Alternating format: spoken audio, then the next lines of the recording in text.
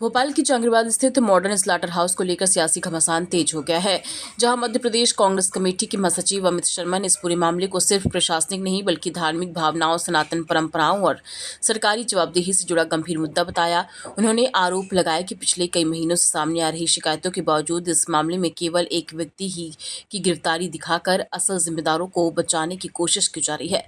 Press वार्ता के दौरान प्रस्तुत दस्तावेजों के आधार पर उन्होंने दावा किया है कि 24 अक्टूबर 2025 की एमआईसी बैठक में केवल 6 माह के लिए समय विस्तार का प्रस्ताव था, लेकिन बाद में नियमों में संशोधन कर बिना किसी पेनाल्टी के 20 वर्षों के लिए संचालन एवं साधारण का अनुबंध दे दिया गया, जो एक गंभीर अनियमितता को दर्शाता है। साथ ही करोड़ों रुपए की पेनाल्टी को भी कथित रूप से माफ कर दिया गया, जिससे भ्रष्टाचार और मिलीभगत के आरोप और मजबूत हो गए। उन्होंने यह भी कहा कि जनप्रतिनिधियों और अधिकारियों ने सार्वजनिक रूप से जानकारी से इनकार किया। उनके हस्ताक्षर दस्तावेजों में मौजूद है, जिससे जनता को गुमराह करने का आरोप लगता है। इस पूरे प्रकरण में गठित एसआईटी की भूमिका पर भी सवाल उठाते हुए उन्होंने इसे केवल औपचारिकता बताया और आरोप लगाया कि महत्वपूर्ण दस्तावेजों को जांच से दूर रखा गया। उन्होंने मुख्यमंत्री से उच्च स्तरीय न्यायिक जांच की मांग करते हुए कहा कि सभी दोषियों, चाहे वे अधिकारी हो या जनप्रतिनिधि, पर सख्त कार्रवाई होनी चाहिए और सच्चाई जनता के सामने लाई जानी चाहिए। कि करोड़ों रुपए की जमीन 4 लाख का आकलन कैसे हो गया? वो ट्रक कहां है जो उस रात पकड़ाया गया था?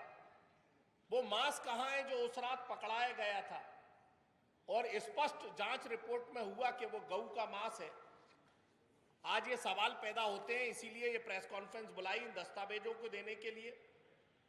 6 महीने के लिए प्रस्ताव आता है, अंदर कागजों में हस्ताक्षर करते हैं, लेन देन होता है और 20 वर्ष की बढ़ाई जाती है।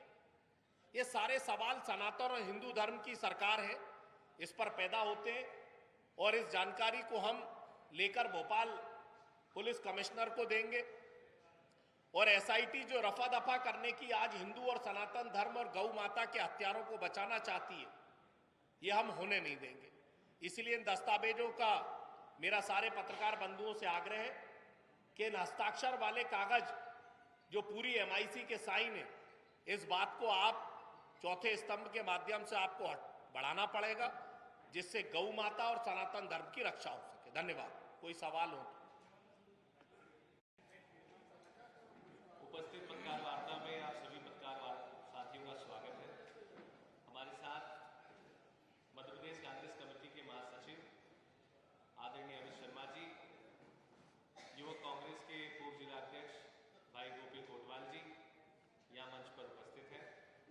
साथ ही एक बेहद ही महत्वपूर्ण, संवेदनशील, जनता से जुड़े हुए और हमारी करोड़ों करोड़ हिंदुओं के सनातन परंपराओं से जुड़े हुए महत्वपूर्ण विषय पर आज अमित शर्मा जी अपना प्रकाश डालेंगे और आपको संबोधित करेंगे।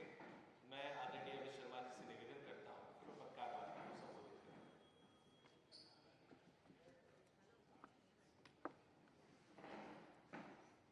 नमस्कार हमारे पत्रकार बंधुओं एवं साथियों, चूंकि आज ऐसे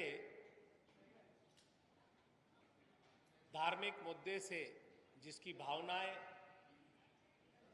न केवल भोपाल बल्कि पूरे मध्य प्रदेश में एक आम जनमानस, किसी भी समुदाय और धर्म का व्यक्ति हो, उससे जुड़ी है। एक फोल्डर आप सबको दिया होगा। आज ये पत्रकार वार्ता जो एक गंभीर मुद्दा पिछले कुछ महीनों से भोपाल स्लाटर हाउस का जो लगभग बंद की ओर है, जो जांच रफा दफा की जा रही है, उसके मुद्दे को लेकर आज एक प्रेस कॉन्फ्रेंस गंभीर दस्तावेजों के साथ आपको यहां आमंत्रित किया गया। भोपाल का स्लाटर हाउस का मुद्दा आया, उसकी बात आई, असलम चमड़ा और उसका ड्राइवर आनन फानन में गिरफ्तार कर लिए गए, गिरफ्तार के बाद छूट भी गए। ये सब मीडिया के माध्यम से सारी चीजें हुई और आम जनता तक पहुंच सकी। आज मुख्य बिंदु ये कि बात अकेला असलम चमड़ा या अकेला एक व्यक्ति ने इतना बड़ा जो गौ माता 26 टन मांस को काटकर और हजारों कई ऐसी गौ माता को काटकर जो आज जिस तरीके से उसको बेचने का काम किया, ये सबके सामने है। लेकिन अब लोगों ने कहा, भोपाल की महापौर ने कहा कि मुझे जानकारी नहीं है, भोपाल के एमआईसी सदस्यों ने कहा मुझे जानकारी नहीं है, अधिकारियों ने कहा कि हमने नियमों में काम किया है, और इस सब के बाद एक एसआईटी बनाई गई और एसआईटी के माध्यम से सारी चीजें रफा दफा करने की मध्य प्रदेश में गौ हत्या को लेकर एक एसआईटी मुख्यमंत्री जी ने बनाई। मैंने कुछ दस्तावेज दिए जिसके सामने आपका मैं खुलासा करना चाहता हूं। थोड़ा सा पहला पेज आप देखें, थोड़ा मेरा सारे पत्रकार बंधुओं से आग्रह है, पहले पेज को देखिए आप, पेज नंबर 1 में बिंदु क्रमांक 6, आप उसको पढ़िए। उस बिंदु क्रमांक 6 में लिखा है, प्रस्ताव आया है, किसी भी नगर निगम की प्रक्रिया अगर होती है उस प्रक्रिया में प्रस्ताव लाया जाता है एमआईसी से पूर्व, और लिखा कि जिंसी जहांगीराबाद स्थित मॉडर्न स्लॉटर हाउस के कार्य को पूर्ण करने हेतु दिनांक 8/10/2025 तक की समय अवधि के लिए यह प्रस्ताव, दिनांक 24/10/2025 को एमआईसी होती है और यह प्रस्ताव लाया जाता है। ऊपर क्या लिखा है, मात्र 6 महीने के लिए। अब आप दूसरा पेज खोलिए, यह पेज या तो नगर निगम कमिश्नर के पास है या महापौर के पास है, और मैं समझता हूं कि एसआईटी को भी इस पेज को नहीं दिया होगा। और ये पूरे जो लोग कह रहे थे कि हमें जानकारी नहीं है, हमें पता नहीं है, ये गंभीर विषय है।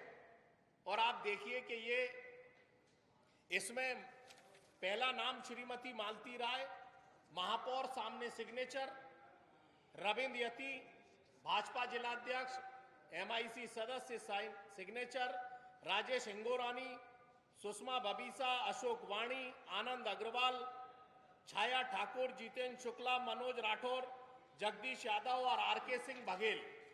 यह आरके सिंह बघेल जो है ये एमआईसी के सदस्य हैं, जो ये कह रहे थे कि हमें जानकारी नहीं है। आज मैं दावे के साथ आपको कह रहा हूं कि ये कागज जो है किसी के पास नहीं था।